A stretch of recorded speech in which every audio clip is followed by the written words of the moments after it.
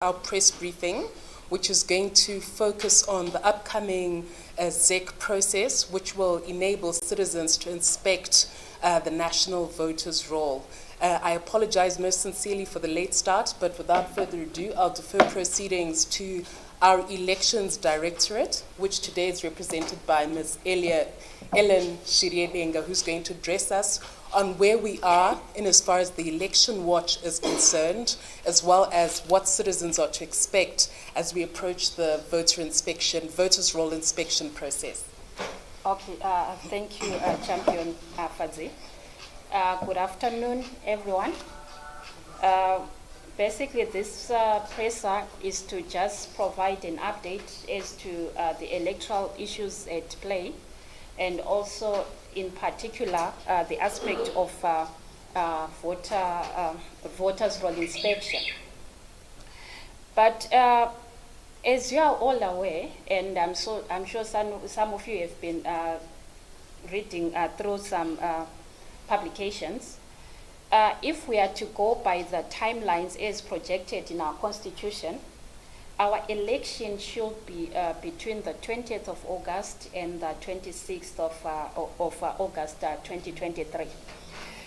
Those timelines came about after, the due date for the expiry of this current government, which is supposed to expire on the 26th of August, and also if we are to use the current current delimitation report, which was gazetted on the 20th of February, what it means is that the 6 month time lapse is on the 20th of August 2023. So the projected dates for the elections are between the 20th and the 20th of August and the 26th of August. Be that as it may, last week Z announced the voters' roll inspection, which is supposed to commence tomorrow, the 27th of May, up to the 31st of May. That in itself is a clarion call to say that elections are here, and we are anticipating that the election proclamation should happen sometime in the coming month of June. In that regard, we'll want to discuss issues relating to elections. First and foremost, we're looking at the biometric voter registration process. Section 26A of our Electoral Act speaks to the issue that our voters' roll is supposed to close 2 days after proclamation. So what it means is that the BVR, the voter registration process, is anyone who wants to register as a voter should register before 2 days before the proclamation is done. So as the CCC, we are calling upon all Zimbabweans who are eligible to vote, to register to vote, who are 18 years and above. We have not yet registered, to say, let's utilize this short window. Let's get registered before the second day after the proclamation, because if one does not utilize that opportunity, what it means is that he or she won't be able to vote on election day in August. And that in itself, clearly, it means that one will be ceding away his or her responsibility, to make political and democratic decisions. And ultimately, what it means is that someone out there would make the decision for him or her, and there will be a risk then that wrong leaders will be elected into office if you don't take up the call and take it as if it's your responsibility to register to vote and to vote at the end of the day. The ZEC district offices are open. Voter registration is a continuous process, so let's utilize that opportunity. Let's go to the nearest district registration centers and register to vote. In March 2023, earlier this year, there was a voter registration blitz. And of course, as the CCC, we took up this opportunity and we mobilized citizens together with other stakeholders out there. And the voters' roll then, we're told it was about 5.8 million people were on the voters' roll. The sad part about it all is that to date, we still do not know as to how many people were registered during that process. Of course, we hear we see messages here and there circulating in terms of the figures, but there is no official communication from ZEC in terms of the numbers of people that registered during the voter registration in place, during the voter registration blitz in March. So the challenge with regards to that is, this short window I spoke about earlier should be utilized in terms of ascertaining areas where there were under registrations of voters, where eligible citizens were not able to participate in the voter registration blitz for one reason or another. But because there is a void in terms of that information, at the end of the day, we are not able to tell, for example, in Mad North or in Mad South or in Murewa, if there were people that failed to register but still are willing to register as voters. So that is a cause for concern to say, let there be no obscurity in terms of election data. The voters' roll, for example, is a public document. Hence, such information should be at the disposal of all citizens of Zimbabwe. The second issue is the voters' roll inspection. Like I said, the dates are between the 27th of May to the 31st of May, and it's a good opportunity for citizens to physically visit the voter registration centers as announced by ZEC, and also utilize the online platforms that have been provided for by ZEC. What we are saying is the CCC, and that is a message to all Zimbabwean citizens out there who are eligible, we have registered as voters, to say this is a big, big opportunity for you. You need to check if your name is correctly captured on the voters' roll. If, say, for example, your name has been misspelled, or possibly maybe your identity number has not been captured correctly, there is a high risk that you will not be able to vote on election day. So rather, instead of you exposing yourself to that risk, just take up the opportunity, visit the registration center at ZEC, at the ZEC inspection offices, and also at the same time utilize the online platforms. And secondly, the reason why we implore upon citizens to take up this opportunity is because we've just come from a delimitation. There are lots of changes with regards to constituency boundaries, ward boundaries, and even some polling stations have been changed. You might be used to your own traditional polling station only to wake up today and be told, no, your name is not in that polling station. So really, this is an opportunity for people to go out there and check and inspect the roll to see whether their names are still in at their respective polling stations where they used to vote at. And be that as it may, we are receiving reports from the citizens out there, which we will be referring to ZEC for redress. For example, we have people in Ward 18 here in Harare, which before delimitation was Harare North.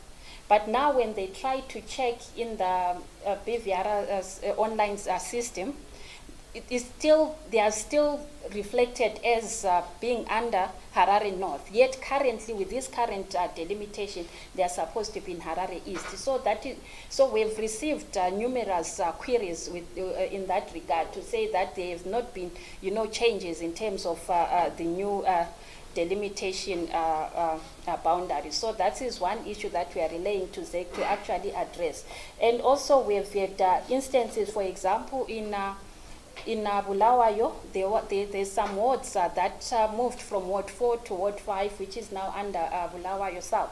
We've noted that about 4 of the affected polling stations, they are not there in the listed voter inspection centers. So this is the kind of clarity that we kind of request from ZEC to say what has happened to those people that were in those respective polling stations, because they might risk at the end of the day that they might not be, they could have been left out, and come election day, and those people, if at all they do not check their names at the moment, they might risk having their names not being there on the voters roll. So this is why we are encouraging people to check their names, and also encouraging ZEC to address those anomalies that have been identified. Tied to the voters' roll inspection, we have noted also, the shenanigans from our colleagues in ZANU-PF. Just last week, there was a memo circulating indicating that there's going to be a voter inspection period, and directing their people and an organization called FAIRS, Forever Associates of Zimbabwe, and also Heritage Trust, to do the profiling of voters. And clearly that is illegal. That is a clear infringement of the political rights of our citizens. No one needs to be profiled by anyone, and no one needs to be marshaled to any, polling station or whatever inspection center by anyone. Just as well, we are receiving reports from Mondoro, for example, Ward 5, Ward 19, Ward 15, and Ward 9, Mufuka village, where traditional leaders, the headmen, have directed that all persons, they will go to the voters' roll inspection centers under their guidance. The Sobuku will go in front, and then the villagers will follow behind that person. So really, clearly, those are the infringement issues that we're talking about. The political rights of Zimbabweans are being affected in that regard. And these are the issues that we want to point out to say the role of traditional leaders, let it not be abused. We all know that the traditional leaders are supposed to be non-partisan, and they are not supposed to be marshalling people. And remember also, during the by-elections last year, we complained about the aspect of command voting, where FAIRS also, and including some traditional leaders, we're actually forcing people to declare illiteracy so that they'll be assisted voters. So these are the issues that we've been highlighting to say, we are approaching an election. Let people exercise their free will to choose the leaders of choice. The third issue is the voters' roll accessibility, credibility, and verifiability. Yes, we've told that the voters' roll is ready for inspection. Clearly, what it means is that the voters' roll is available. So we, as the stakeholders, we continue imploring ZEC to make the voters' roll available. The voters' roll is a public document in accordance to our constitution, and the voters' roll should be given to any person who pays the required money according to our laws, right? And also, be that as it may, one has an option to say, I want a soft copy of the voters' roll or a printed copy of the voters' roll. So this is where we are, to say there is still no access to the voters' roll. We are headed for an election, and clearly a voters' roll is like a syllabus. If you go to an exam, having had the syllabus, obviously you'll find you get a lot of surprises on exam day. So really, this is why we're saying we need the voters' roll. Let that voters' roll be given to the public, and remember, the voters' roll should be verifiable, should be analyzable. We want to analyze that voters' roll. It is our right as Zimbabweans to make sure that we analyze, we audit the voters' roll. This is why even in our electoral reforms blueprint, we spoke strongly about, the voters' roll being subjected to an independent audit. That in itself brings credibility to the electoral process. Look at what happened in Kenya in their last election. They had an independent auditor auditing their voters' roll, KPMG. And whatever came out from that audit, the election management body made corrective measures. This is what we are asking from ZEC.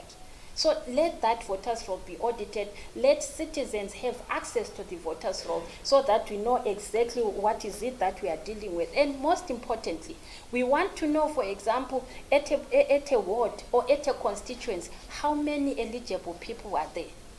That is basic data, that is basic information which should be available for everyone. And we are political parties. We want to plan. And how do we plan if we do not have that kind of statistic? So this is where we are concerned, where we raise our concern also with regards to the voters' roll. And the fourth issue is the amendments to the Electoral Act. I think in that regard, let me take this opportunity to actually applaud our members of parliament. They've been working tirelessly in parliament the past 2 weeks in terms of debating the Electoral Amendment Act, which is before parliament. Let me hasten to say also as a party, we presented our own submissions to the Electoral Amendment Bill, and we are hoping that they will be considered. But of course, let me hasten to say, as a country, we have had a problem, and clearly there hasn't been any political will from the state to actually implement the electoral reforms. The Constitution was adopted in 2013, and up to date, the electoral laws have not been aligned to the Constitution. It's not like we are asking the state or the Minister of Justice, Parliament, or ZEC to implement something new. We are simply saying, let the electoral laws be aligned to the Constitution. And more so, there are some reforms that really do not need an act of Parliament. Those are what we call administrative reforms, which are within the purview of ZEC. And those reforms are very critical in the sense that they build credibility to the election, to the electoral process. For example, we talk about issues around, results management. Even the Motlanthe Commission spoke to the issue of ZEC implementing ICT systems that will ensure that the results are expedited, so that we avoid a situation a similar situation which happened on August 1, where some people eventually got killed because there were protests around the delay in the results announcement. So we talk about even the issues around assisted voters. That is an administrative issue. It does not really need an act of parliament for ZEC to actually say, no, these are the measures that we put in place to ensure that we actually scrutinize, or we actually assess the people that qualified for assisted voting privileges. So let's sit down as Zimbabweans, and also as the CCC. This is why we prepared our electoral blueprint, which we called prepare the pre-electoral part on electoral reforms, which we offered not just to citizens only, but even to ZEC, even to the Minister of Justice and other civic society organizations, other stakeholders that are responsible for elections, to say this is our offering as the CCC. Let's have dialogue in terms of the of what we expect in terms of the electoral reform, so that at the end of the day we have an election which is satisfactory for everyone, an election that has credibility, and an election that has integrity. Fifthly, and the last issue, is the aspect around the nomination fees. Last year, ZEC gazetted fees, nomination fees for candidates that aspire to be in Parliament or even the presidential affairs. When we did our calculations as the citizens movement, we realized that we'll need around $244,000 US, which is $250,000, you know, to just field candidates throughout the country. So, and that is pretty unsustainable. And we're looking at a country called Zimbabwe, which is supposed to be a multi-party democracy. If we are a party which at the end of the day we are not able to field the candidates throughout the country, then we cease to be a multi-party democracy. And if we have candidates, for example, you go to our constitution, it says each and every eligible citizen has the right to vote or has the right to be voted for. So surely if I want to be a presidential candidate, but then I cannot afford the $20,000 US being demanded by ZEC, then that clearly that is an infringement of my political right to be voted for. So this is why, this is our call to ZEC to say, please review those fees. And those fees also, it's difficult to justify them. How do you justify a member of parliament, an aspiring member of parliament paying $1,000 US to be a candidate? So that is a cause for concern, and we are engaging ZEC in that regard to say, let there be engagements in terms of the multi-party stakeholders meetings to see how best those fees can be reviewed so that all eligible persons that feel they want to be candidates are not left out. So basically this is our presser today, but let me just say what is our call, what is it that we want we expect from today's presser. Firstly, is the voters' roll. We are asking that the voters be released immediately and above all before the proclamation. That is what we are requesting for. The fact that the voters' roll is out there for, for scrutiny, for inspection by citizens, clearly the voters' roll is ready. So there is no reason why we shouldn't be given access to the voters' roll. And by the way, voter inspection is not voters' roll audit. You can inspect, when you go to inspect, it's just you as an individual inspecting whether your name is there. But then auditing is a different issue altogether. Verifying is a different issue altogether. So this is why it's important that we are given the soft copy of the voters' roll.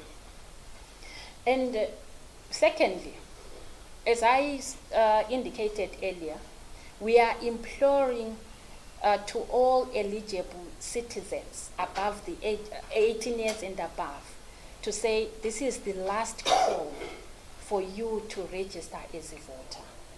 If you don't take that opportunity, then you won't be able to vote on election day. So please, let's take it up and exercise our political rights as the citizens of Zimbabwe. Of course, the third issue is to do with the voters' roll inspection.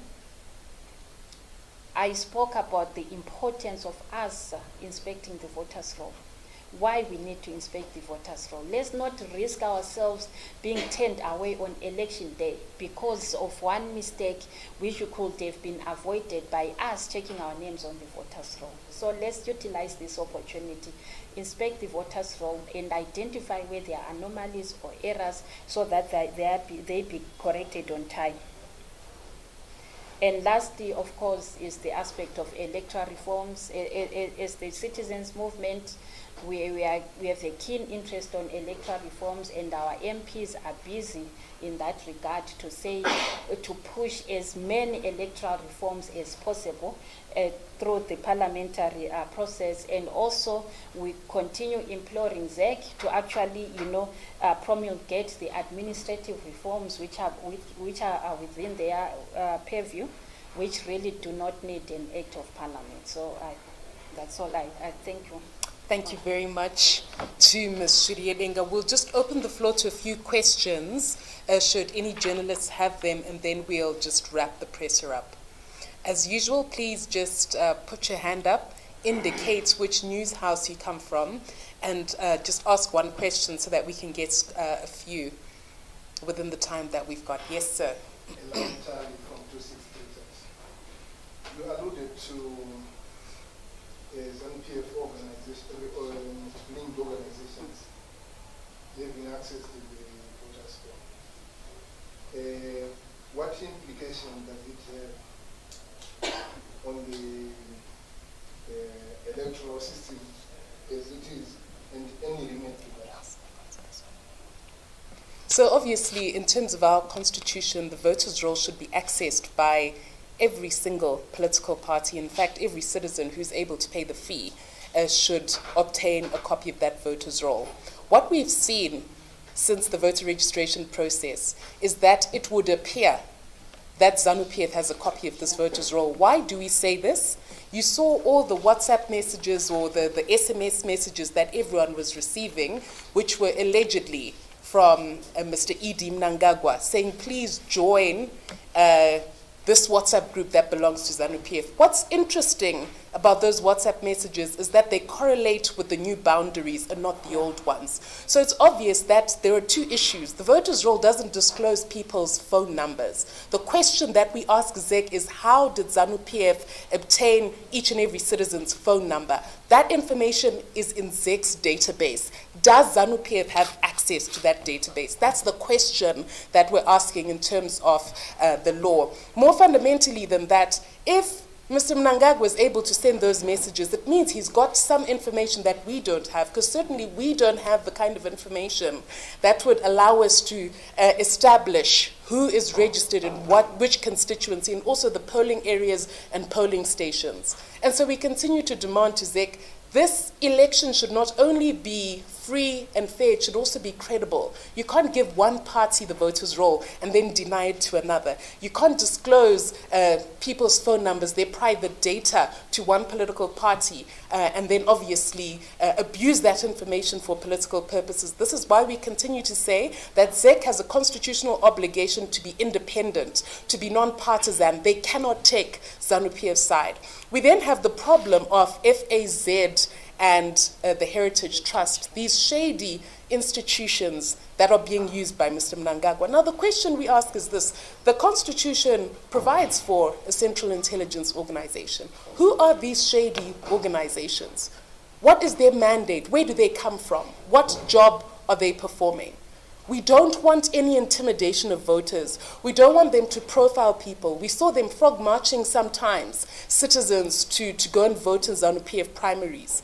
And so we've continuously said that we take issue with the interference of FAZ, and the Heritage Trust with the general rights of citizens. They cannot be allowed to intimidate and harass citizens. This election should be free and fair. Everybody's vote is secret, so we don't want them coming in to frog march people. Ellen already indicated that we don't want traditional leaders also abused by ZANU-PF, where they're given these unconstitutional instructions. The courts have already said that traditional leaders, there's a case directly involving one of our chiefs, I think it's a publicly available case, saying you cannot get involved in partisan politics. And so we hold them to account in that regard. We expect them to uphold that constitutional obligation. ZEC cannot bury its head in the sand where these illegal processes are taking place.